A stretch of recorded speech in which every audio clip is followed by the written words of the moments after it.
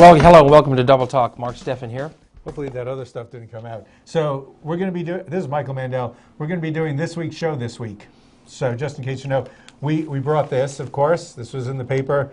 I forgot what it said.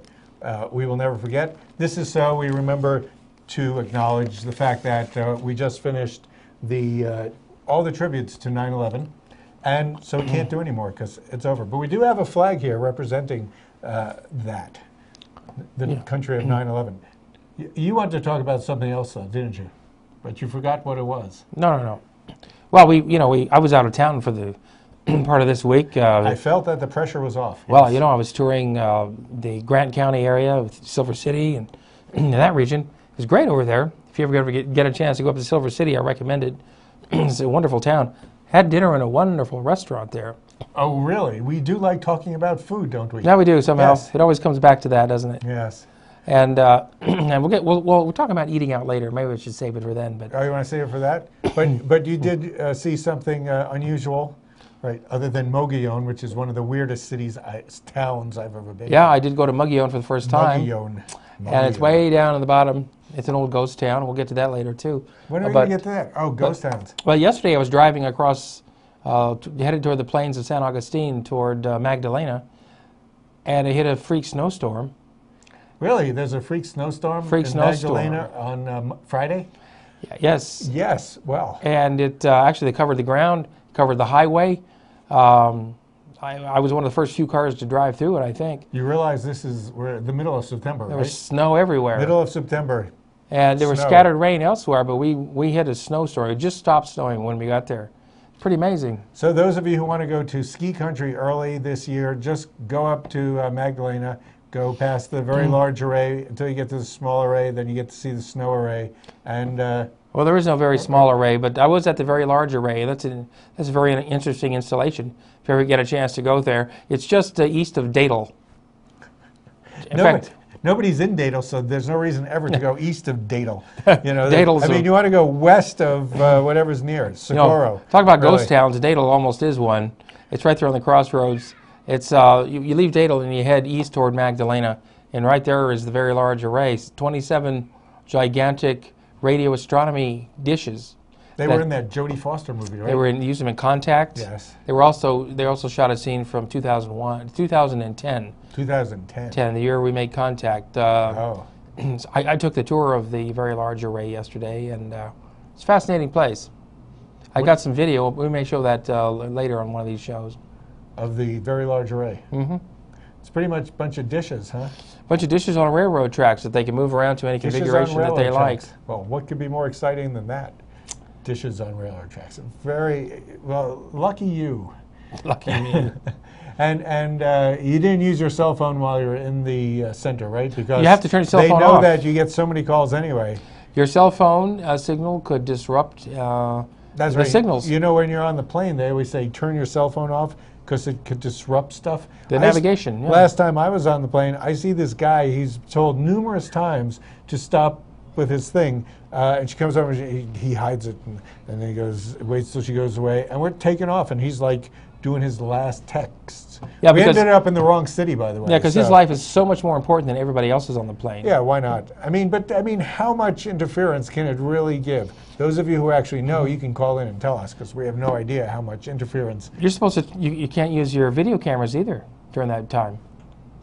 Once the plane is up and airborne at their cruising altitude, you can then talk on the phone or use your camera. But when the plane's taking off and landing, you may not use any electronic devices whatsoever, including a laptop. Because errant electrical.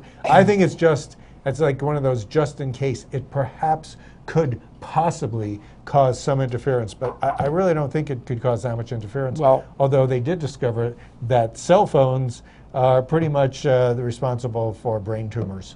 Well, that explains a lot with you, but I don't get that. I've been saying this for years. About me? No. Oh, about cell phones. Cell phones. That's why I try to use a hands-free device. Keep the phone down here. Have the hands-free device on my head, so my head is not near the energy source of the telephone. What hands-free device do you have? A Bluetooth thing? No, I don't use Bluetooth. I use a headset. A headset? Yeah. You know, like an air Sort of traffic controller. Like Lily Tomlin is the operator. Exactly. Hello, can I help you? Yes, exactly. Is that what you want? That's what I drive with too, Oh, so I don't maybe get a ticket. That should be more exciting than the picture we're going to have of the very large array that you're going to take. So when we get a picture of you with your little headset on, we'll do that. Sounds cute. But Can so I anyway, help you? yeah, That I sounds recommend taking day trips away from Las Cruces. We went out for a couple of days and spent the night in Silver City at the Palace Hotel right downtown. You stayed at a palace? Yes, I did. Incredible. This is the oldest hotel in Silver City. You know what? I Built knew in the you were gonna be there. 1800s. Really? Yep. Told them to put a pea under your mattress. Did you feel it? Well, it was wet. I think they thought you said put pee Pea on under the mattress, yes. Thanks a lot. Well, you picked the wrong room, buddy. You know, actually, this hotel was in the 70s was owned by Jeff Bingaman's family. You know, our state senator Jeff Bingaman. His family owned this hotel for a time in the 70s. And then somebody else bought it in the 80s. They keep refurbishing in it. So that way they always have new sheets, especially after these people peed on them. It's a quaint little hotel that It is cute. we It's right in the enjoyed middle of staying town, at. right? And yeah, Is that the one with the little atrium that goes through the middle? Is that the one? no. Oh, that's the one I was at. Atrium one's that? Suites, Comfort Suites. No, that was Doubletree Hotel. Is that a picture? Well, that's not it. That's some other Wild West I hotel. think so. It says Silver City. That said saloon or something. Any good drinking spots? Yes, the Buffalo Saloon, Oh. world famous Buffalo Saloon. Buffalo Saloon is right around the corner from the hotel, Wow. right there on the main drag of Silver City. You have to be, it's so sophisticated you have to be over 31 to drink there, right? They don't want to take any chances. Anyway, let's talk about, that was our chit-chat section? That's a chit-chat section. Is that what you meant by chit-chat? We're going to chit-chat? Well, I did the chit and you did the chat, Yes. being double talked. Well, we worked out okay. So we have this, which is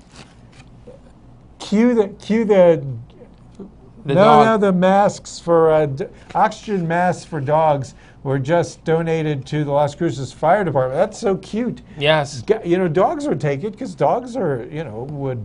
If the house catches on fire and They wouldn't scratch you if that happened. and it They'd fills with understand it was smoke, good. they can't breathe just like humans. They have to give oxygen to humans. Those poor dogs. Some dogs could die if they don't get some quick oxygen. And most of us wouldn't like to give mouth-to-mouth resuscitation to dogs. You might, because I know you love dogs. Well, of course I do.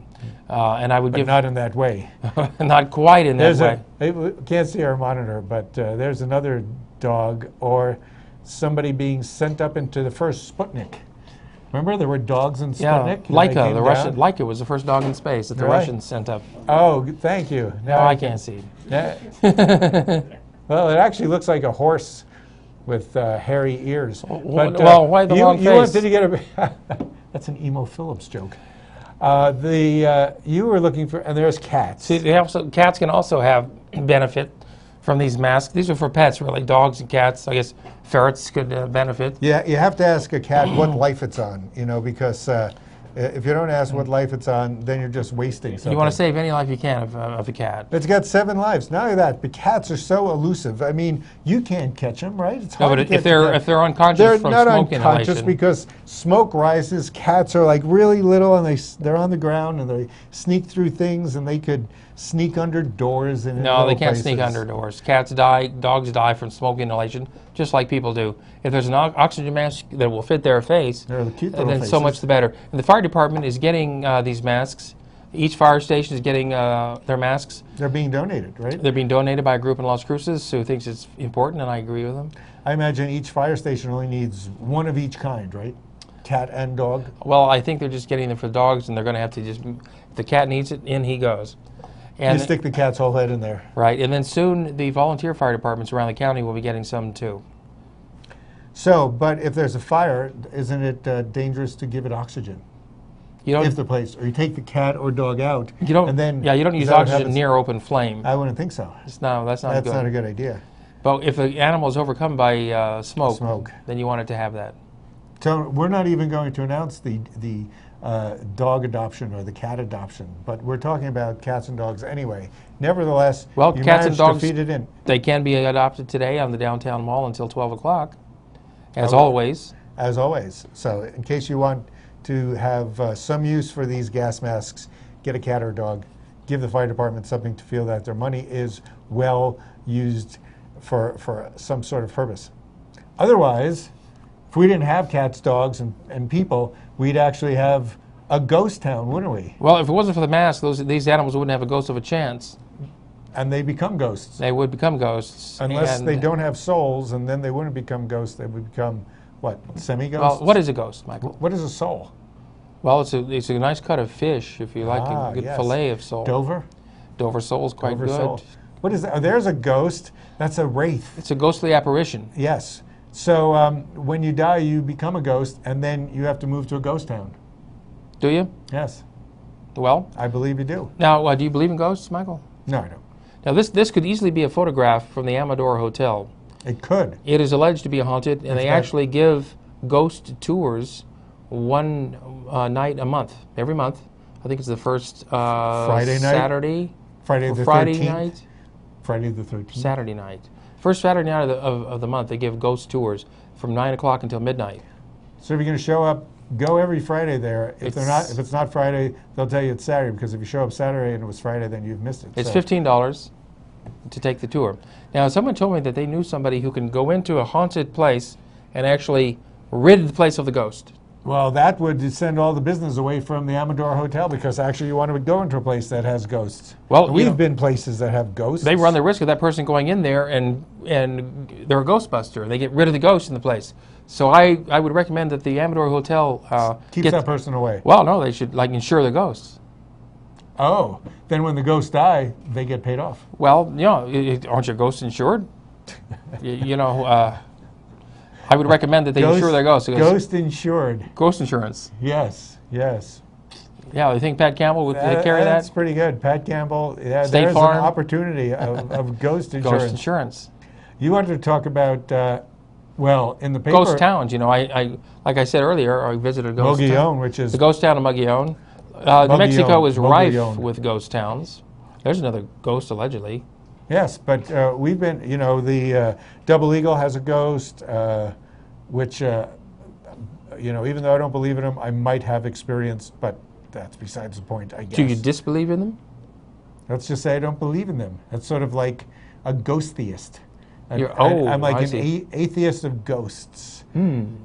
Well, you're more agnostic, aren't you? Really? I am. If they proved it to you, then you believe it. And since I'm agnostic and Jewish, and they have things when you're sitting Shiva, which is the week after somebody close to you dies, you put sheets or something over mirrors, so you don't by any chance see the ghost of the person who has just left you. So that's an interesting thing that looks like a little superstitious myth. Wait a minute, but you're it's saying the interesting. Jews believe in ghosts then?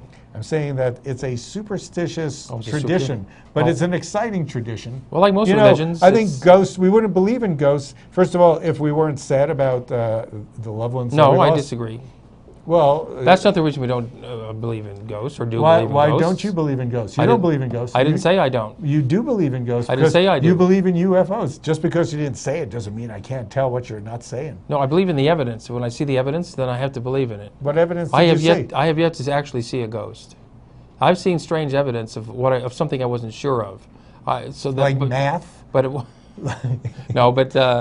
just because you see something weird doesn't confirm for you what it was. I don't know what it was. I would like to find out what it was. Until that time, I'm skeptical. And until that time, let's take a break and see if we can find out what there is what else you don't know, and we should find out in this next half of the show. We'll come back for more spirited dialogue. Yes. Right after these words. About spirits.